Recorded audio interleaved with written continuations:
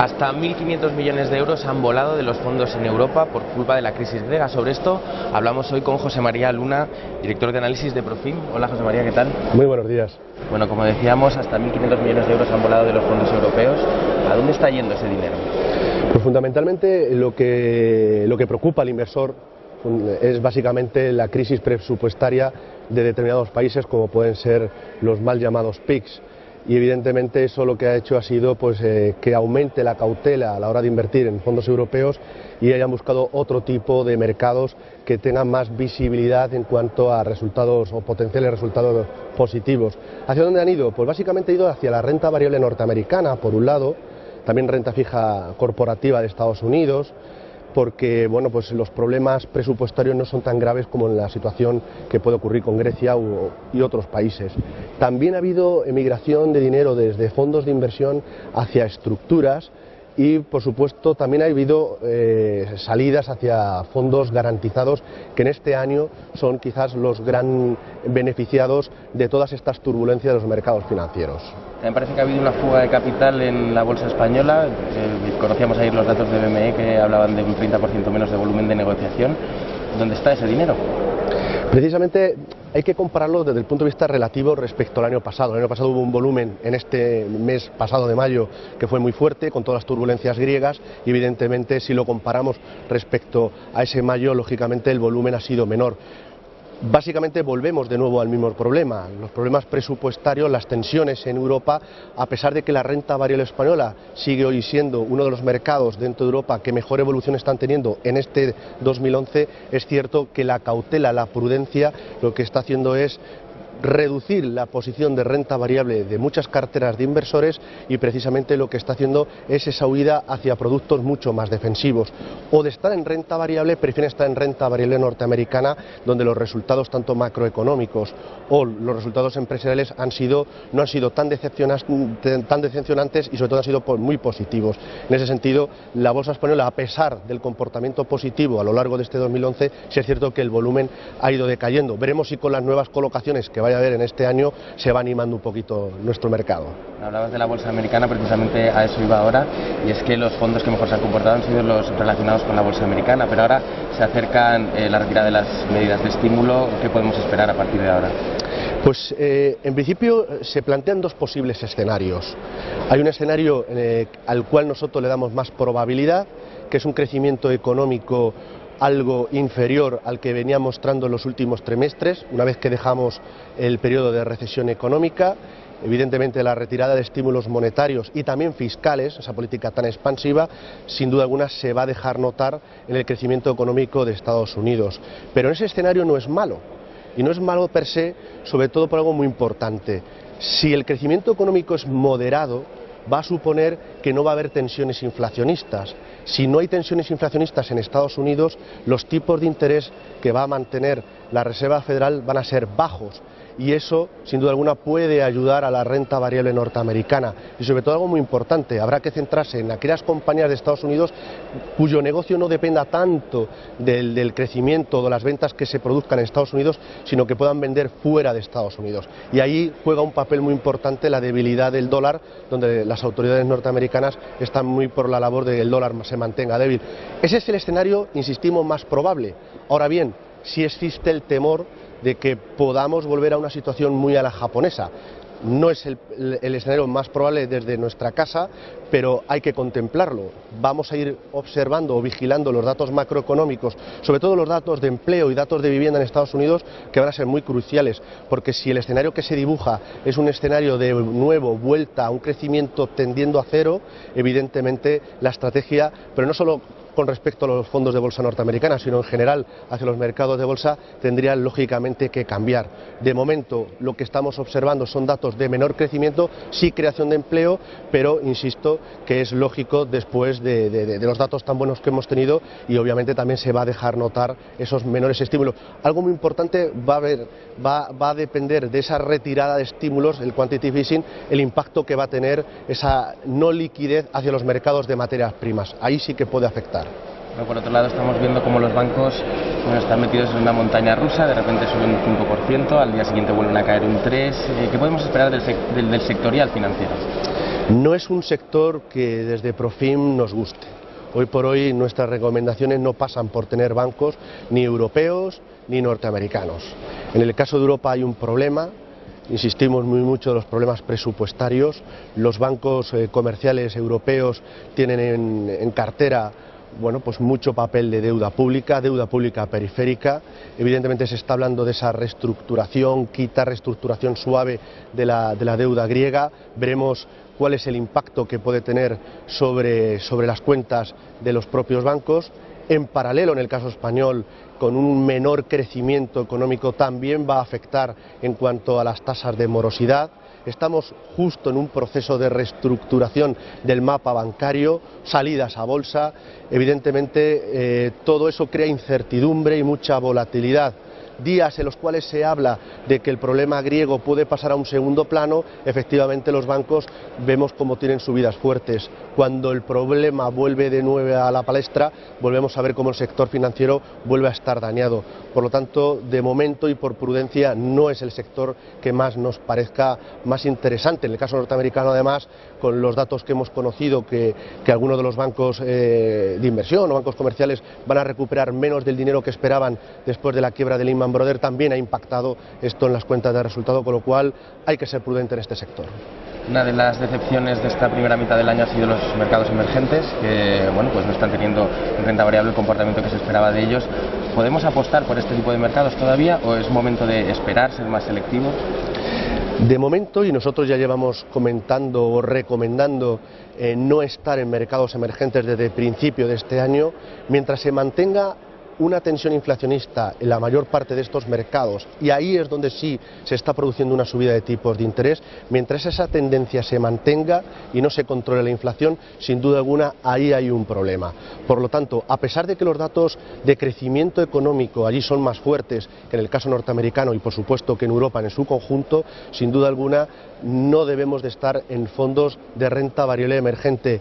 En algún momento dado sí será interesante, pero en estos momentos no. Y será interesante cuando las autoridades económicas y monetarias consigan frenar los datos de crecimiento de inflación. Si eso viene acompañado además con un crecimiento más sano de sus economías, sin duda alguna las valoraciones de muchas de sus bolsas se han quedado atractivas, pero el problema, insisto, es que estamos viviendo un entorno de subida de tipos. Cuando suben los tipos de interés es contraproducente para las bolsas. Por eso decía antes que es tan importante que los tipos de interés en Estados Unidos se mantengan bajos, porque eso, a pesar de un menor crecimiento económico, sí puede seguir ayudando al crecimiento de los resultados empresariales en Estados Unidos.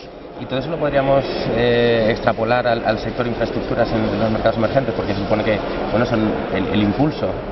Es uno de los impulsos. Uno de los impulsos es el sector de infraestructura, otro de los impulsos sin duda alguna es el consumo de la demanda interna. Ya no depende tanto de lo que venden fuera, sino del propio consumo interno, que muchas veces quien sale beneficiado precisamente de ese consumo interno son compañías internacionales que pueden estar cotizando en el mercado alemán o en el mercado norteamericano. Por eso decíamos que la política monetaria y sobre todo divisas débiles puede beneficiar a esas empresas. El tema de las infraestructuras es muy bonito, es un tema sin duda alguna muy interesante para el medio y largo plazo. En el caso de Brasil es evidente con la organización de distintos eventos deportivos. Lo que ocurre es que hoy por hoy el sector infraestructura, aunque es un tema que es interesante porque la creación de nuevos hospitales, redes eléctricas, carreteras, ferrocarriles, red de agua, sin duda alguna va a impulsar las ventas o la creación de empleo de muchas compañías, no debemos de obviar que están dentro precisamente o cotizando muchas de esas compañías dentro de los mercados emergentes. Cuando lo que hemos visto ha sido una reducción o una salida de flujo de capitales de los mercados emergentes, a veces es indiscriminado y el dinero no se fija de si esta o aquella compañía tiene más visibilidad al medio o largo plazo. Es un tema de medio y largo plazo, pero en el corto plazo va a seguir sufriendo como el resto de bolsas o del resto de compañías de otros sectores. Bueno, y algunos expertos añaden la S después del BRIC, dicen que Sudáfrica podría ser el siguiente gran mercado. ¿Es una opción interesante? Sudáfrica es un mercado, igual que la mayor parte de África, que se le podría considerar como un mercado de nuevas fronteras. Evidentemente es un mercado por descubrir, es un mercado que tiene un enorme potencial de crecimiento, precisamente por la propia demanda interna, pero de momento Sudáfrica, la correlación que mantiene con el precio de las materias primas es muy importante. Si evidentemente tenemos un precio de materias primas que puede decaer en el supuesto caso de que haya un crecimiento económico global menor, en paralelo salida de dinero de los mercados emergentes buscando otros refugios, otros mercados desarrollados, sin duda alguna Sudáfrica, de nuevo como en el caso de las infraestructuras, es un mercado para vigilar, pero no para estar en el corto plazo. Insisto muy mucho en la idea de las materias primas porque es lo que va a impactar sobre Sudáfrica. Es cierto que el sector de la tecnología, sobre todo las telecomunicaciones, incluso el bancario, con la posibilidad de un aumento de las solicitudes de crédito, puede generar mucho negocio en Sudáfrica, pero es un mercado cuya capitalización bursátil es mucho más pequeña que la mayor parte de los mercados europeos, y eso va a influir sobre todo cuando ahora mismo estamos observando una enorme volatilidad en los mercados, y eso lógicamente lo que hace es que el dinero, al ser miedoso, busque cuevas entre comillas en mercados, bueno, pues que le puedan dar más solidez a su dinero. Bueno, y por último volvemos a nuestro país. Entre las gestoras españolas destaca el fondo Santander Small Cap. Y es que, bueno, a pesar de que es uno de los sectores más castigados, esta ha sido una de las mejores gestoras y ha sido uno de los mejores fondos. ¿Qué les parece este fondo? Pues el Santander Small Cap tienen ellos dos fondos, uno que es el europeo y otro es el español. El español este año está funcionando muy bien, como en general toda la bolsa española, a pesar de las volatilidades de esos dientes de sierra continuados, con una rentabilidad en torno al 10%. En cambio, el fondo de renta variable de pequeñas compañías europeas, que sí es cierto que a 1, 3 y 5 años ha conseguido batir a la media de su sector, este año su rentabilidad es pobre. Pero pobre hay que entenderla que está obteniendo una rentabilidad de en torno al 1% a cierre de mercados de ayer. Es un fondo que tiene un problema importante en estos momentos, quizás dos. Por un lado, hay una posición o varias posiciones en la cartera fuera de la zona euro. Si el euro, lo que hemos estado viendo a lo largo de este año es que se ha apreciado frente a otras divisas como puede ser la libra esterlina, evidentemente las inversiones que haya de pequeñas compañías del Reino Unido le van a afectar negativamente a el fondo de inversión. Y por otro lado, lo que decíamos antes, cuando el mercado se está moviendo continuamente en dientes de sierra, hay que pensar que la rentabilidad que llevamos en los mercados europeos, positiva, pero se ha hecho solo a principio de año. A partir de febrero lo que hemos visto ha sido dientes de sierra bajistas. Evidentemente el mercado lo que busca son precisamente compañías de gran capitalización, compañías con una marca sólida, compañías con una gestión muy contrastada y capaces de tener menos volatilidad en este tipo de entornos. Por lo tanto, no es una mala idea, pero es una idea en un entorno de crecimiento económico mejor, porque hay que pensar que muchas de estas compañías de pequeña capitalización son compañías industriales y evidentemente lo que buscan es un entorno de más positivo de crecimiento económico, y eso obviamente les está afectando. Y por otro lado, como decíamos, en un mercado donde se llama quizás un poco a la prudencia en el corto plazo, el inversor busca grandes nombres, empresas que repartan dividendo, y eso es más fácil encontrarlo en los blue chips frente a los small caps. Entonces, como un último apunte, nos quedamos con que la recomendación pasa precisamente por ahí, por los blue chips, los grandes nombres, las grandes empresas. Efectivamente, hoy por hoy la recomendación pasa primero por la renta variable norteamericana, grandes compañías, divisa cubierta, fundamental, y en el caso de Europa, dos ideas: blue chips y también empresas que estén cotizando en aquellos mercados o países más sanos, es decir, Alemania, Francia, sobre todo y fundamentalmente, ya no solo por la política de dividendos, que en algunos casos se da, sino sobre todo porque sus países están en una posición menos delicada presupuestariamente, y en segundo lugar porque son empresas que se están beneficiando del consumo, de la demanda interna de los países emergentes. Por lo tanto, sí Europa, pero centrado precisamente en esos países más sanos y de grandes compañías, pero la principal recomendación es la renta variable norteamericana. Pues José María Luna, director de análisis de Profim, muchísimas gracias por haber estado con nosotros. Muchas gracias. Y a ustedes recordarles que pueden seguir la mejor información de los mercados financieros en estrategiasdeinversión.com.